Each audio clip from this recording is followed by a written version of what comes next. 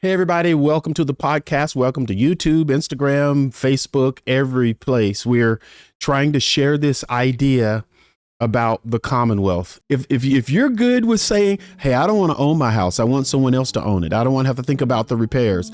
I don't want to have to think about mowing the grass. I don't want to have to think about the taxes. If that's the life you want to live, you and we're not going to have much to talk about. I want nothing to do with that for my great-great-grandchildren. I want them to have choices.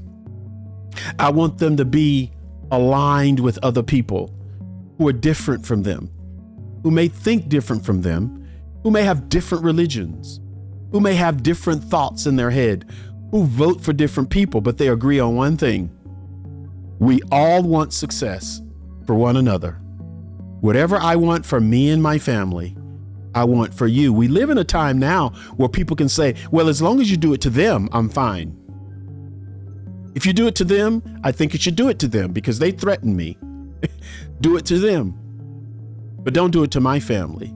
See, what happens in a world like that is they may not do it to you and your family first, but they're coming to you. They're going to eventually do it to your family too. So standing together makes lots of sense. Number 3, are you with me yet? Pay attention. Get on board. Talk to your you don't have to be a part of the commonwealth we are building, but you need to be a part of one. You need to be a part of a community, a tribe, a people who just believe economically and they understand the power of doing economics together. Here's point 3 that I want you to think about. A commonwealth is a collection engine. A commonwealth is a connection engine, rather. The commonwealth is a connection engine. It is the system where sources, resources, people, ideas, capital, it flows freely in the same direction. This protects us from 2030, okay? We've been building this commonwealth system for close to 30 years. Now we're just introducing you to it. A commonwealth is a connection engine. Everything we have is collected there. It's a system where we put our resources together. We put our people there. We put our ideas there. We're having discussions about where we need to go from here. That's a commonwealth. This is very important that we understand that this is not about being the same. Your family's not going to be the same as mine. My family's not going to be, our views are not going to necessarily be the same. Across a lot of across the spectrum, we might not be the same. But it's not about being the same. It's about being strategically aligned. I can disagree with you about the color of the sky. I can disagree with you about who should be elected. I can disagree with you about a lot of things, but we're aligning one together economically because that economic ecosystem, that commonwealth makes us all safe. Makes us all safe. The more we're divided, the less power we have. You have to bring it all together. People think that it's the fist that knocks someone out, that Muhammad Ali knocked people out, Mike Tyson knocked people out with their fists. They did not. They knocked people out and won matches with their body, the whole body. The brain has to think. The feet, every toe has to cooperate. The foot, the ankle, how you leverage the lower parts of your leg, thighs, hips. I mean, the fingers, the wrists, the forearm, the triceps, biceps, shoulder, all of that has to work together to get a knockout. Not just the fist. It's a whole body. The commonwealth is this picture of bringing a body together. Thinkers, people who walk, power in the glutes. We got all of this stuff working together so that we can get somewhere and build wealth. Every piece has a place. Write it down. Every piece has a place. So when people can understand and see the part that they're playing, When everybody understands there's a part I play in this community, then they play their part. And they play their part to win the game for all of us. I'm doing my part now. I'm making you aware of what's coming. I'm making you aware of the plan that they have for us, the plan they have for you. I took my name and my family out of the us. I'm going to cooperate, be in a system where I can build something to pass on. I don't really care about the stuff I don't believe about the people I'm a part of. I care most about what we believe collectively, what we're building collectively, how we think collectively about one subject. And that's economics, faith, family, and finance. What do we believe? How do I build my family? And how do I financially set my family up for decades that I'm gone? That's it. Are we together? Let's avoid this whole 2030 thing. I think you should. Do you think you should? Here's number 4. This is what you got to understand now. You have to understand what disconnection does. Disconnection has a hidden cost.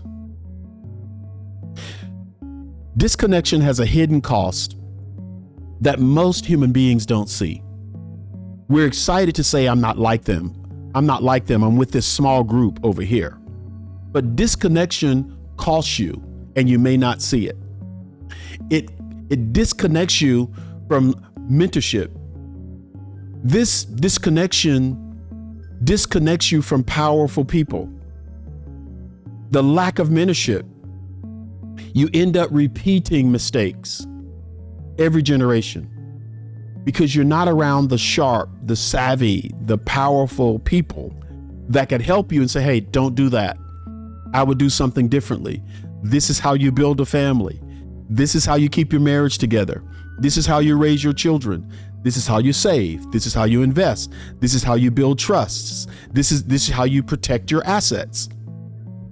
Disconnection, it disconnects us from people who can help us grow. You might not like somebody because they are making decisions that you don't. I don't like to live like that. I don't think like that. I don't go to those places. I don't marry like that. I don't vote like that. I don't eat that like that. I don't speak a language like that. That's isolation, my friend. Isolation equals low confidence, which equals inaction. When you're isolated, you eventually have no confidence in yourself because you're not getting an inflow. You're like the Dead Sea. You're not getting inflow of fresh nutrients and inflow of fresh ideas and inflow of challenges that really care about you. Nothing lives in a Dead Sea. There's a low confidence there of producing anything. And you and your family could be stuck there now. And you think that people around you or people at the top care about you. No, those people at the top have not just a prediction, they have a plan. They have a system to keep you where you are. Low confidence, so you'll depend on them. And when you have low confidence, you are inactive. You have no action. You're not strategic and your feet aren't moving. Your hands aren't doing anything because you believe the proverbial they are going to do it for you. They are not. But if you're in the right commonwealth, you have other people who are working on things you don't have to work on. You can find your part there and you can play it. My part is to educate. My part is to make people aware. My part is to open people's eyes as to the things that are happening around them and the plan that's in front of them. You do not want anyone to plan better for your life than you plan for your own and your family. Competition now, it costs you to be in competition with people you should be playing with, people you should be teammates with. Competition over collaboration, it really equals missed partnerships. It equals missed opportunities. Write it down. Competition over collaboration equals missed partnerships. So now you won't partner with people. You won't be a part of what they're doing and make them a part of what you are doing. We're going to lose there. So here's my question. What if your breakthrough is waiting in someone you haven't met yet?